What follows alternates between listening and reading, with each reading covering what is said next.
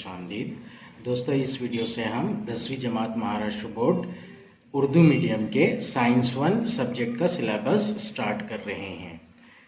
इस प्लेलिस्ट में, इस वीडियो की सीरीज में हम साइंस 1 के हर चैप्टर को डिटेल में कवर करेंगे।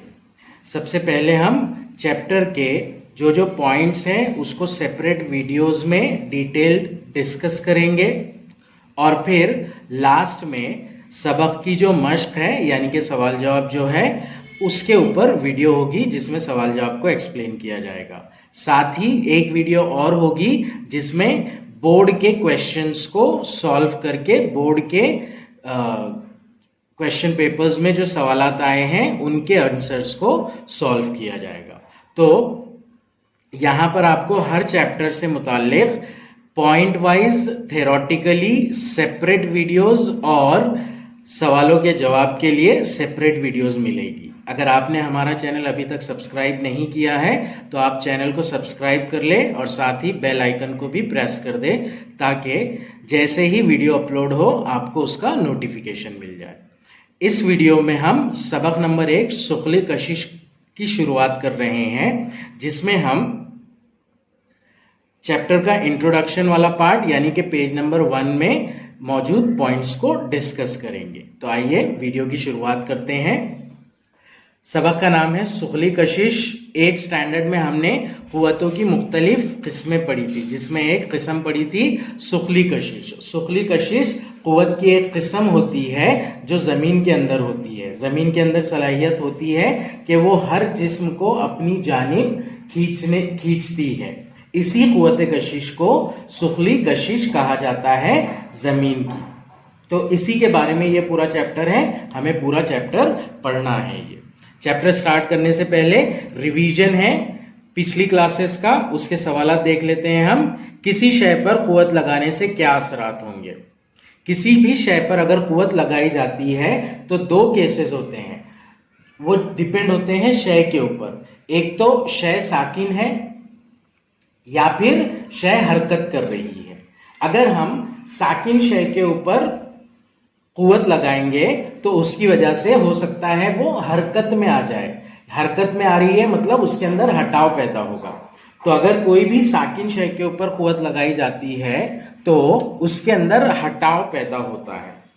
दूसरा पॉइंट, अगर कभी किसी जिस्म के ऊपर कुव्वत लगाई जाए और वो जिस्म ऑलरेडी हरकत कर रहा हो, मतलब जिस्म हरकत में है, शय हरकत में है और उसके ऊपर कुव्वत लगा रहे हैं हम, तो वहां पर क्या होगा, उसके हरकत की सिमत में तब्दीली हो जाएगी, यानी कि जो उसका मोशन है, मोशन के डायरेक्शन में चेंजेस आ जाएंगे। तो ये दूसरी एक चीज होगी जो वहां पर असर होगी कुव्वत की वजह से। तीसरी चीज, किसी भी शय पर कुव्वत लगाने की वजह से उसकी जिसामत और हालत में भी तब्दीली हो सकती है। ये तीसरा पॉइंट। तो किसी शय पर कुव्वत लगाने से 3 असरात होते हैं। एक तो शय में हटाव पैदा होता है, दूसरा अगर शय हरकत कर रही है तो उसकी हरकत की सिमत में तब्दीली वाक़ई होती है, और तीसरा उस शय के जिसामत में और हालत में तब्दीली होती है, यानी कि उसके साइज और शेप में चेंजेस आ सकते हैं। नेक्स्ट, दूसरा सवाल है, आपको कुव्वत की कौन कौन सी किस्में मालूम है? कुव्वत की किस्में हमने सबक क्लास 8 और क्लास 9 दोनों में पढ़ी है।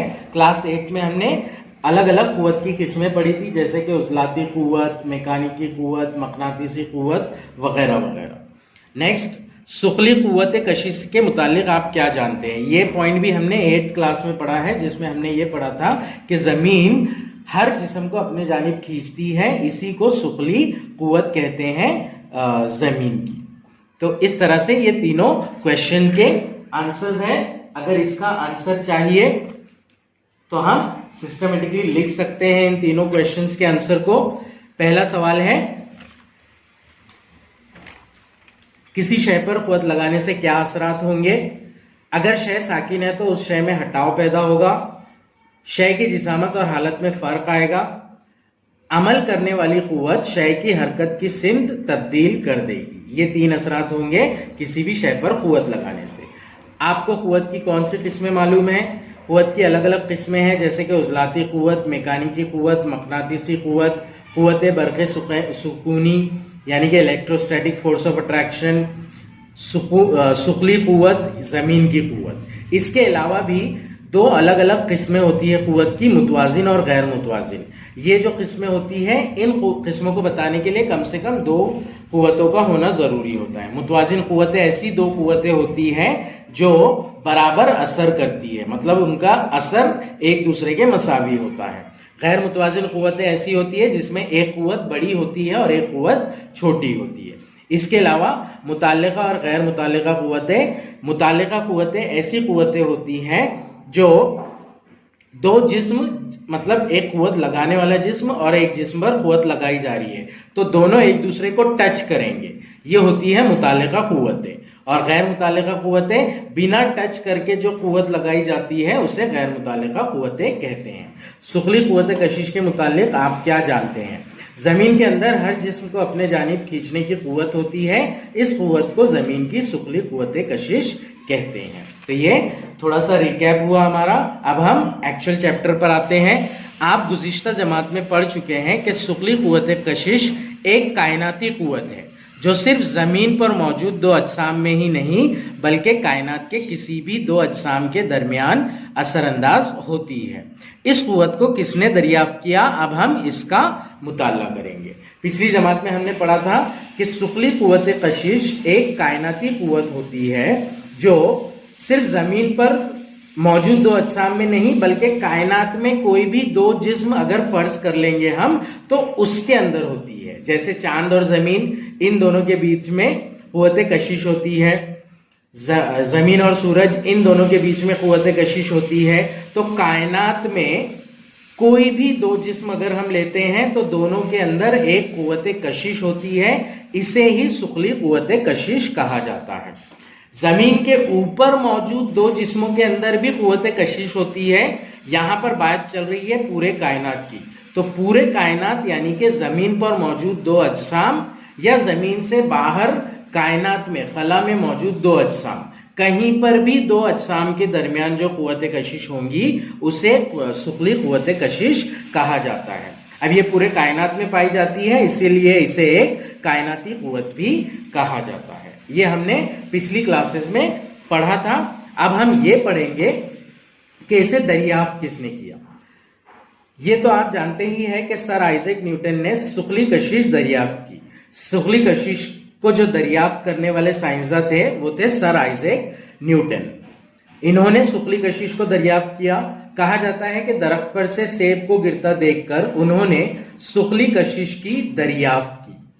इनके जहन में सवाल आया कि तमाम सेब उफ्की या उमूदी सिमत में सीधे नीचे क्यों गिरते हैं। इन्होंने जब सेब को गिरते हुए देखा तो यह सोचा कि सारे सेब उमूदी सिमत में यानी कि इस सिमत में उमूद 90 दर्जे जाविया बनाने वाली सिमत में ही नीचे क्यों आ रहे हैं, तिरछे क्यों नहीं गिरते। वो इस तरह से या फिर इस तरह से या फिर इस तरह से क्यों नहीं गिरते, डायरेक्ट नीचे क्यों आते हैं, या उफक के मुतवाजी क्यों नहीं जाते, या फिर वो जमीन के मुतवाजी या उफक के मुतवाजी क्यों नहीं जाते। ये भी एक पॉइंट उन्होंने सोचा। बहुत सोचने के बाद उन्होंने ये नतीजा अख्ज़ किया कि जमीन सेब को अपनी जानिब कशिश करती होगी और कुव्वत कशिश की सिमत जमीन के मरकज के जानिब होगी। जमीन के मरकज की सिमत उफक पर उमूद होने से सेब सतह जमीन पर उमूदी सिमत में नीचे गिरता है। तो इन्होंने इस बारे में बहुत सोचा और सोचने के बाद में ये कंक्लूड किया, ये नतीजा निकाला कि जमीन जो है वो सेब को अपने जानिब खींचती होगी, अपने जानिब कशिश करती होगी, और ये जो खींचने की कुव्वत है इसकी सिमत जमीन के मरकज की जानिब यानी कि जमीन का मरकज जो जमीन के एकदम सेंटर में होता है उसकी जानिब होगी। इसीलिए जो सेब है वो जमीन के मरकज की सिमत की जानिब चला आता है। अब जमीन का जो मरकज है इसकी सिमत उफक पर उमूद होने से, उफक यानी कि ये आसमान है और जमीन का मरकज बोले तो इस सिमत में होगा, यानी कि वो उफक पर उमूद होगा, 90 दर्जे का जाविया बनाएगा। तो इसीलिए सारे सेब या सारी गिरने वाली चीजें इस डायरेक्शन में जमीन के ऊपर आती है। शक्ल 1.1 में जमीन पर सेब का एक दरख्त दिखाया गया है। सेब पर अमल करने वाली कुव्वत जमीन के मरकज की जानिब होती है, यानी सेब के मुकाम से सतह जमीन पर उमूद होती है। सेब के मुकाम से, यहां से सतह जमीन के ऊपर उमूद होती है। अब यह है उफक यानी कि आसमान, तो सतह जमीन भी इस तरह से होगी, यानी कि ये जो डायरेक्शन है ये फोर्स का डायरेक्शन, कुव्वत की सिमत, ये सतह जमीन के भी उमूदन होती है। सेब के मुकाम से सतह जमीन पर उमूद होती है। शक्ल में चांद और जमीन के दरमियान सुखली कुव्वत दिखाई गई है।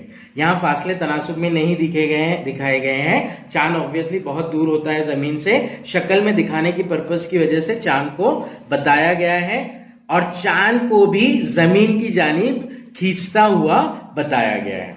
न्यूटन ने सोचा कि अगर यह कुव्वत मुख्तलिफ ऊंचाई पर मौजूद सेब पर असर करती है तो क्या सेब से ज्यादा बुलंदी पर मौजूद चांद जैसी अशिया पर भी असर करेगी?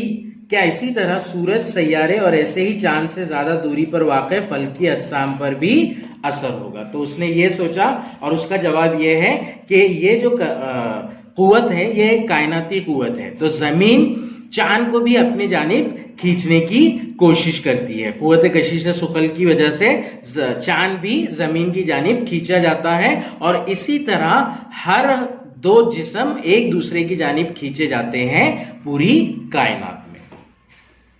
तो यह था हमारा पहला पॉइंट जिसमें हमने सुखली कशिश क्या होती है इस चीज को समझा। अब सुखली कशिश की अगर हमें तारीफ बयान करनी है तो हम इस तरह से कशिश सुखल या कुव्वत कशिश सुखल की तारीफ बयान करेंगे।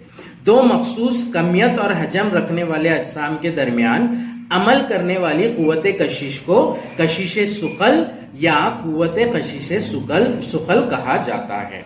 यहां पर बोला जा रहा है दो मखसूस कमियत और हजम रखने वाले अजसाम, ये पॉइंट जरूरी है। अब एक कागज है, अगर कागज फ्री हो तो वो जमीन पर डायरेक्ट आके नहीं गिरता है, वो हवा में तैरता है। क्यों? क्योंकि उसकी मखसूस कमियत नहीं होती है। हजम तो होता है लेकिन हजम भी बहुत निग्लिजिबल होता है, यानी कि काबिल नजरअंदाज होता है। उसकी जो सतह होती है वो बहुत पतली होती है।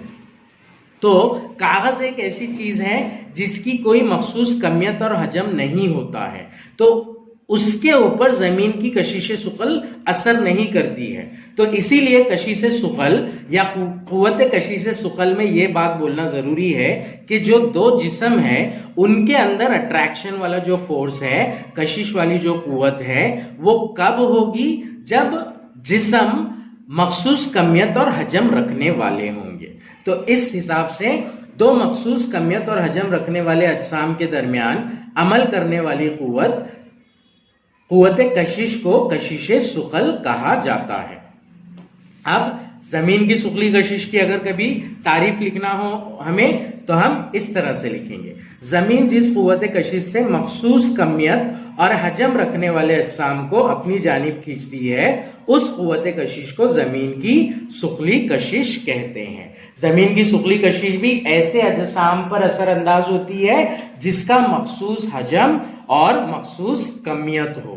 कागज हो गया, परिंदों के पर हो गए, इनके ऊपर जमीन की सुखली कशिश असर नहीं करती है क्योंकि वो ऐसी शय है, ऐसा जिस्म है जिसका मखसूस हजम और मखसूस कमियत नहीं होती है। एक फिक्स हजम और फिक्स कमियत नहीं होती है, इसलिए उनके ऊपर जमीन की सुखली कशिश असरअंदाज नहीं होती है। इसलिए 100% राइट वे में जमीन की सुखली कशिश की तारीफ होगी। जमीन जिस कुव्वत कशिश से मखसूस कमियत और हजम रखने वाले अजसाम को अपने जानिब खींचती है, उस कुव्वत कशिश को जमीन की सुखली कशिश कहते हैं। तो ये था हमारा सब चैप्टर का सबसे पहला पॉइंट जिसमें हमने पढ़ा जमीन की सुखली कशिश या फिर कायनात में मौजूद कोई भी जिस्म की कुव्वत कशिश, सकली कशिश किसे कहते हैं। अब हम सेकेंड पॉइंट की जानिब बढ़ते हैं। सेकेंड पॉइंट है कुव्वत और रफ्तार। ये पॉइंट हमने 9th स्टैंडर्ड में डीप में पढ़ा है। 9th स्टैंडर्ड का जो सबसे पहला सबक है उसके अंदर हमने कुव्वत और रफ्तार को पूरा डिटेल में पढ़ा है। हम जानते हैं कि किसी जिस्म की रफ्तार की कदर या हरकत की सिमत में तब्दीली पैदा करने के लिए इस पर कुव्वत का अमल जरूरी है। जो स्टार्टिंग में हमने सवाल का जवाब दिया था, किसी शय पर कुव्वत लगाने से क्या असरात होंगे, ये उसी के बारे में है। कोई भी जिस्म अगर साकिन है या हरकत कर रहा है तो उसके ऊपर कुव्वत लगाने से उसके ऊपर उसमें हटाव पैदा होता है। अगर जिस्म ऑलरेडी हरकत कर रहा है तो उसके ऊपर फोर्स लगाने से, कुव्वत लगाने से या तो उसकी रफ्तार में कमी जाती होगी, या तो उसकी रफ्तार कम हो जाएगी या रफ्तार ज्यादा हो जाएगी, और साथ ही उसकी हरकत की सिमत में तब्दीली भी होगी। मतलब कि जिस डायरेक्शन में वो हरकत कर रहा था उस डायरेक्शन की बजाय किसी और डायरेक्शन में वो हरकत करेगा। न्यूटन के हरकत से मुताल्लिक 3 कवानीन कौन से हैं? इसका जवाब हमें लिखना है ना। ये जो क्वेश्चन है इन टेक्स्ट क्वेश्चन है, यानी कि सबक के अंदर के सवालात हैं। कभी कभी एग्जाम में ये पूछे जाते हैं, तो इसलिए इन सवालों के जवाब हमें मालूम होना जरूरी है। न्यूटन के हरकत से मुताल्लिक 3 कवानीन हमने 9th स्टैंडर्ड में डीप में पहले चैप्टर में पढ़े थे। उन कवानीन के जो बयानात हैं वो कुछ इस तरह है।